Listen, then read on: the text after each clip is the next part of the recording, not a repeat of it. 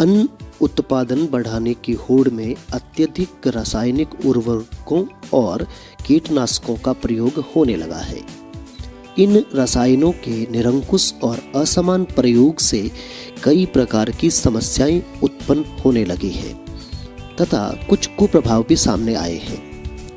जहां एक और जमीन की उर्वरकता का टिकाऊपन खत्म हो रहा है, तो दूसरी ओर कैंसर जैसी गंभीर बीमारियां भी बढ़ रही हैं।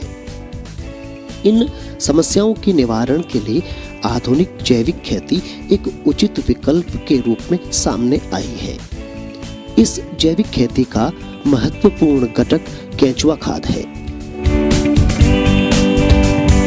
किसान मित्र के रूप में जाना जाने वाला छोटा सा ये जीव सड़ी गली गोबर और कृषि के अवशेषों को कंपोस्ट खाद में बदल देता है, जिसे केंचुआ खाद कहते हैं। जोधपुर स्थित केंद्रीय शुष्क क्षेत्र अनुसंधान संस्थान काजरी ने इस केंचुआ खाद को कृषि में बढ़ावा देने का बीड़ा उठाया है। काजरी ने किसान प्रथम परियोजना के माध्यम से जिले के ग्राम पंचायत पोपावास में किसानों के यहाँ वर्मी कंपोस्ट इकाई तैयार करवाई है।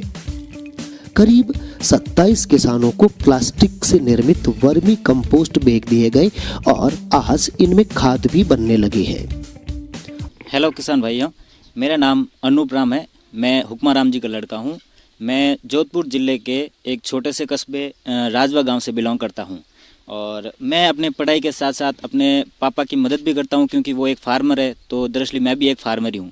जो काजरी की फर्स्ट परियोजना है, उसके तहत बताया गया है कि हम उसे कैसे यूज़ कर सकते हैं और उससे हमें किस तरह से फ़ायदा उठा सकते हैं, हमें कितना लाभ हो सकता है। तो हम अगर बात करते हैं इसकी, तो ये एक वर्मी कंपोस्ट सीट है, जिससे हमें ये फ़ायदा होता है कि इस सीट से हमें ये सीट दिया गया है काजरी से वैज्ञानिक के द्वारा कि हमें इसको कैसे कैसे उपयोग करना है। तो हम बताते हैं इसके बारे में कि क्या है। ये एक 12 फुट लंबाई और 4 फुट चौड़ाई की एक सीट है, जिसमें और इसकी हाइट होती है 2 से 2.5 फीट। उसमें हम इसको कैसे कैसे तैयार करते हैं। हम इसे सबसे पहले छोटी मोटी पत्तियां हैं, नीम की पत्तियां हैं, बबूल की पत्तियां हैं, कुछ भी हरी पत्तियां जैसे सूखी पत्तियां हैं, पहले उसकी फर्स्ट लेयर बनाते हैं। फर्स्ट लेयर मतलब एक परत बनाते हैं, छोटी सी परत बना के उस पर थोड़ा सा पानी का छिड़काव करते हैं। फिर उसके बाद में उसके ऊपर जैसे भी कोई घास फूस का है और बाजरे का भूसा है, गेहूं का भूसा है, वो हमें डाल दें। एक बात का खास तौर से हमें ध्यान रखना है कि इसमें ना कोई ऐसी कोई घर की चीज़ पॉलीथीन की थैली है या कोई रबड़ का वगैरह है, ऐसा कुछ इसके अंदर नहीं जाना चाहिए, क्योंकि वो फिर इसमें जो केंचुए डालते हैं उनके लिए ये हानिकारक होता है।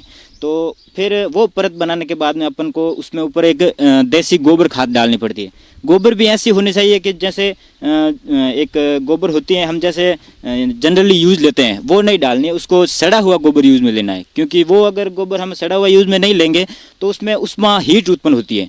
वो हीट केंचुओं के लिए बहुत ही हानिकारक होती है, क्योंकि उससे केंचुए मर भी सकते हैं। तो हमें सड़ा हुआ गोबर यूज़ में लेना है। उस सड़े हुए गोबर की फिर उसके भूसे के ऊपर एक परत बना लेनी है। वो परत बनाने के बाद उससे थोड़ा सा पानी का छिड़काव कर लेते हैं। फिर उसके बाद में हम देखते हैं कि थोड़ा सा पानी छिड़काव नमी बनाए रखने के लिए करते हैं। उसके बाद में हम उसके ऊपर और भूसा बनाए देंगे। ऐसे ऐसे भूसा और गोबर डाल के 3 से 4 परत बनानी है। और इसके लिए काजरी के वैज्ञानिकों ने बाकायदा इन किसानों को खाद के बारे में पहले से प्रशिक्षण दिया।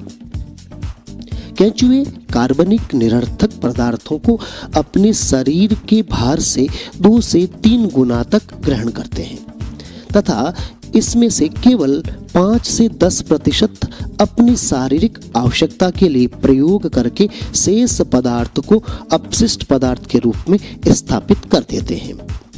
केंचुआ खाद तैयार करने के लिए केंचुए की अच्छी प्रजाति का चुनाव कर लेना चाहिए।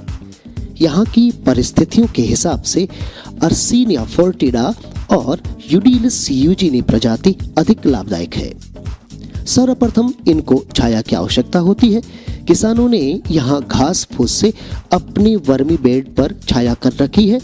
इन बेड में किसानों ने 3 इंच तक मोटा कचरा भरा है तथा इसके बाद ताजा गोबर और मिट्टी की परतों के रूप में बेड को पूर्ण भर दिया है तथा पानी डालकर इसे ठंडा भी किया गया। तत्पश्चात प्रति वर्ग मीटर 500 केंचुए या आधा किलो केंचुए के हिसाब से अक्टूबर माह में काजरी की ओर से किसानों के इन बेड में केंचुए छोड़े गए। इनमें 45 लीटर प्रतिदिन के हिसाब से पानी का छिड़काव भी करना होता है ताकि नमी बनी रहे। उसके बाद में हम यहाँ पर इसमें केंचुए छोड़ते हैं, तो केंचुए छोड़ने के बाद में केंचुए उसके ऊपर ही छोड़ते हैं, ना कि उसमें ऐसे गड्ढा बना के उसमें डालने की ऐसी कोई ज़रूरत नहीं होती है। फिर उसमें अपन डालते हैं तो केंचुए अपने आप ऊपर से वो नीचे चले जाते हैं। और ये वर्मी कंपोस्ट खाद है जो मैक्सिमम और मिनिमम 60 से 80 दिन में बन के तैयार हो जाता है।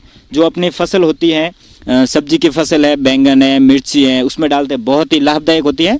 और जैसे अपन बाजरे में भी डाल सकते हैं, गेहूं में भी डाल सकते हैं, ये फसलों के लिए बहुत ही अच्छी और लाभदायक होती है। खाद को पूर्ण रूप से बनने में 60 से 70 दिन का समय लगता है। ऊपरी परत चाय के दाने जैसा बनना लगे तब समझ लेना चाहिए कि अब खाद तैयार हो रही है तथा पानी देना बंद कर देना चाहिए। सूखी हुई ऊपरी परत को बाहर निकालते जाते हैं।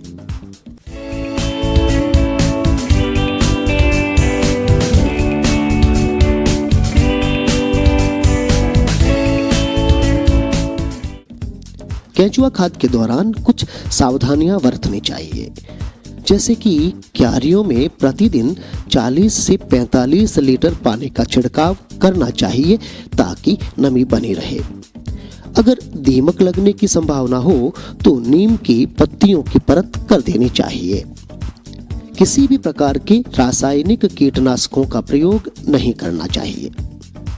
केंचुओं को अंधेरा पसंद होता है, अतः वर्मी बेड को टाट, बोरियों या सूखी फूस से ढक देना चाहिए। इन वर्मी बेड का तापमान 20 से 30 डिग्री रहना चाहिए। खास बात यह है कि काजरी द्वारा किया गया यह प्रयोग काफी लोकप्रिय हो रहा है तथा आसपास के किसान भी पारंपरिक वर्मी बेड सीमेंट कंक्रीट से क्यारियां बनाकर केंचुआ खाद बनाने लगे हैं, जिससे किसानों में जागरूकता बढ़ रही है और किसान अपने आप को रासायनिक उर्वरकों के कुप्रभाव से मुक्त होता देखकर बहुत प्रसन्न है।